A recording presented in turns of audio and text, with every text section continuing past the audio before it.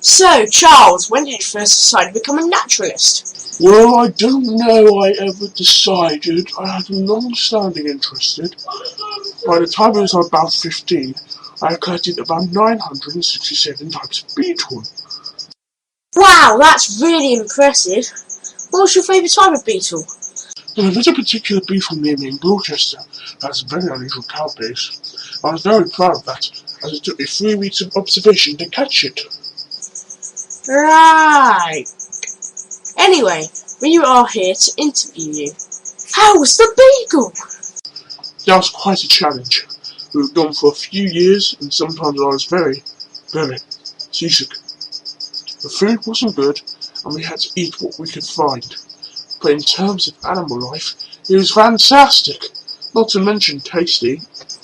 And how was John Fitzroy? He was a bit odd, and towards the end of the voyage he was slightly more, because we sort of got on okay. Did you catch any specimens? I came back with jars and jars of dried birds, specimens and animal pelts, not to mention my drawings of animals. Wow, where did you keep them all? They were all packed up with me on the beagle. I gathered them together and took them home to my house. Excellent. So how was school? School? Didn't really get on with school. I had a few friends, but I didn't really enjoy it. I was going off to university to train to be a doctor. That wasn't really my cup of tea, and I got thrown out because I didn't work hard enough. And then, because my family wanted me to do something with my life, they arranged for me to become a priest. Excellent. I hear you have written a book, The Origin of Species. Well, yes, it took me some 20 years before thinking the ideas and publishing it. But I had to do a lot of thinking first. I used to go on a walk. I got my gardeners to make a path around my gardens. It was made of sand, so it didn't get muddy, and I could walk and think and walk for hours and hours. I was really worried if it would be published and then be copyright. Someone else, Mr. Wallace, said they had very similar ideas, so I had to go to print. So, what happened after you published?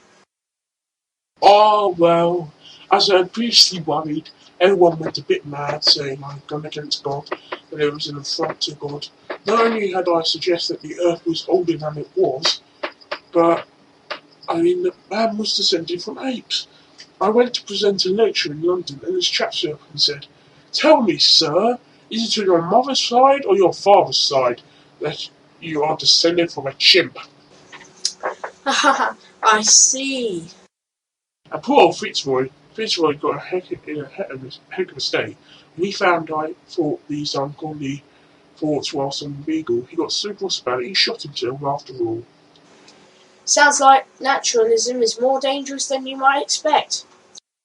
It is if you're going to say something controversial. I hear you have discovered a theory about tortoises. Oh, indeed! When I was in the Galapagos, I noticed that tortoises, giant tortoises they are there, were different on different islands. I even met a local who said he could tell which island the tortoise came from just from the taste of the meat. He said it tasted like chicken. Wow! Finally!